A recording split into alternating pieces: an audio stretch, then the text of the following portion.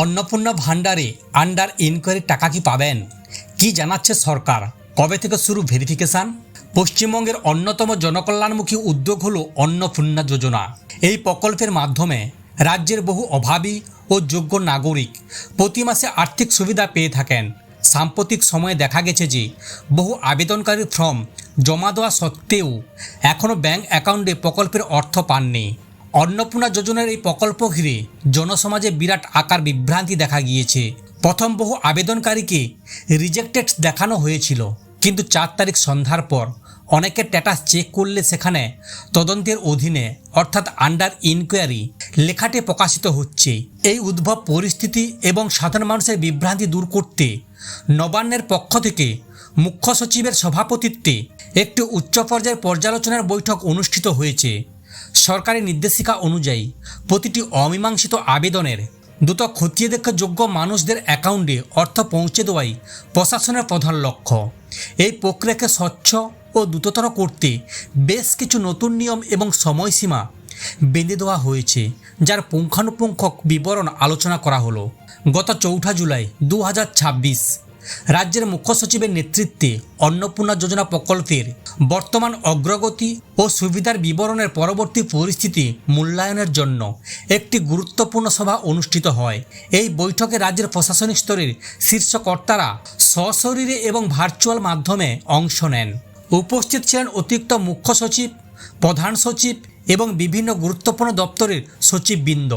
এর পাশাপাশি রাজ্যের নগর উন্নয়ন ও পৌর বিধায়ক এবং দপ্তরে মাননীয় মন্ত্রী এবং সমাজ কল্যাণ দপ্তরের অধীনস্থ দায়িত্বপ্রাপ্ত প্রতিমন্ত্রী এই আলোচনায় অন্তত সক্রিয় ভূমিকা পালন করেন। কলকাতা পৌরসভার কমিশনার সহ রাজ্যের সমস্ত জেলা শাসক, মহকুমা শাসক এবং ব্লক উন্নয়ন আধিকারিকরা ভিডিও কনফারেন্সের মাধ্যমে যুক্ত হয়ে মাঠ পর্যায়ের বাস্তব চিত্রটি তুলে ধরেন। এই বিপুল পরিমাণ আবেদন পুরোপুরি বাতিল করা হয়নি, বরং কিছু নির্দিষ্ট যোগ্যতার মানদণ্ডের উপর ভিত্তি করে সাময়িকভাবে আটকে দেওয়া হয়েছে। এই কারণগুলির মধ্যে অন্যতম হলো আবেদনকারী পরিবারে কোনো সদস্যের নিয়মিত আয়কর, পরিবারের মালিকানায় 3টির বেশি পাকা কক্ষ বা ঘর থাকা, অথবা ব্যবসা বা বাণিজ্যের সূত্রে পরিবারের কারো নামে জিএসটি নম্বর। এই সমস্ত বিষয়ের কারণেই মূলত আবেদনগুলি বর্তমানে স্থগিত বা তদন্তের অধীনে রয়েছে। যে সমস্ত আবেদন সাময়িকভাবে বাতিল বা তদন্তের অধীনে রাখা হয়েছে সেগুলির প্রকৃত সত্যতা যাচাইয়ের জন্য নবান্নে কঠোর অবস্থান গ্রহণ করেছে। নির্দেশ দেওয়া হয়েছে যে কেবল নথির খামতি দেখে কোনো মানুষের আবেদন স্থায়ীভাবে বাতিল করা যাবে না। প্রতিটি ক্ষেত্রে বা মাঠ পর্যায়ে তদন্তকারী আধিকারিকদের সশরীরে গিয়ে আবেদনকারীর প্রকৃত অর্থনৈতিক অবস্থান খতিয়ে দেখতে হবে। এই বিষয়ে যাচাইকরণ প্রক্রিয়া 5 জুলাই থেকে পুরোদমে শুরু করার নির্দেশ দেওয়া হয়েছে। মাঠ পর্যায়ে তদন্ত প্রক্রিয়া শুরুর পর পরবর্তী 7 দিনের মধ্যে সমস্ত তথ্য সংগ্রহের কাজ সম্পূর্ণ করতে হবে। তদন্ত শেষ হওয়ার পর আধিকারিকদের নিজস্ব মতামত ও সুপারিশ সরাসরি নির্দিষ্ট সরকারি পোর্টালে আপলোড করতে হবে। এর মূল উদ্দেশ্য হলো কোনো প্রকৃত বা যোগ্য উপভোক্তা যেন কোনো অবস্থাতেই এই সামাজিক সুরক্ষা যোজনার সুবিধা থেকে বঞ্চিত না হন। রাজ্যের বিভিন্ন জনসেবা কেন্দ্র এবং পূর্ববর্তী শিবিরগুলিতে বিপুল সংখ্যক মানুষ অফলাইনের মাধ্যমে আবেদন করেছিলেন। সরকারি পর্যবেক্ষণে ধরা পড়েছে যে এই অফলাইন আবেদনগুলির একটি অংশ এখনও সরকারি পোর্টালে ডিজিটাল রূপ দেওয়া সম্ভব হয়নি।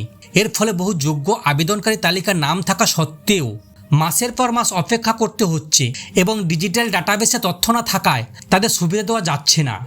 এই সমস্যা মেটাতে নবান্ন থেকে কড়া নির্দেশ জারি করা হয়েছে, যাতে বাকি থাকা সমস্ত অফলাইন ফর্ম অন্তত দ্রুততার সাথে ডিজিটালে কাজ করা হয়।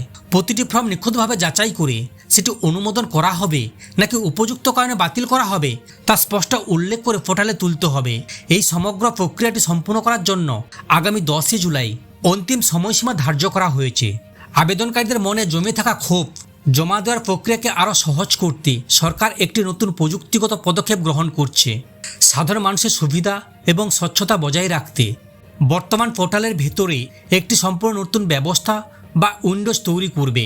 এই ব্যবস্থার মাধ্যমে যেসব নাগরিক মনে করছেন যে তাদের ফর্মটি অন্যায়ভাবে বাতিল বা স্থগিত করা হয়েছে, তারা সরাসরি তাদের আপত্তি নথিভুক্ত করতে পারবেন।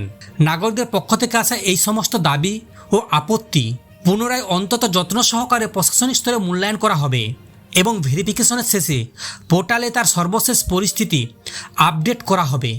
মানুষ ঘরে বসে তাদের আবেদনের প্রকৃত অবস্থা জানতে পারবেন।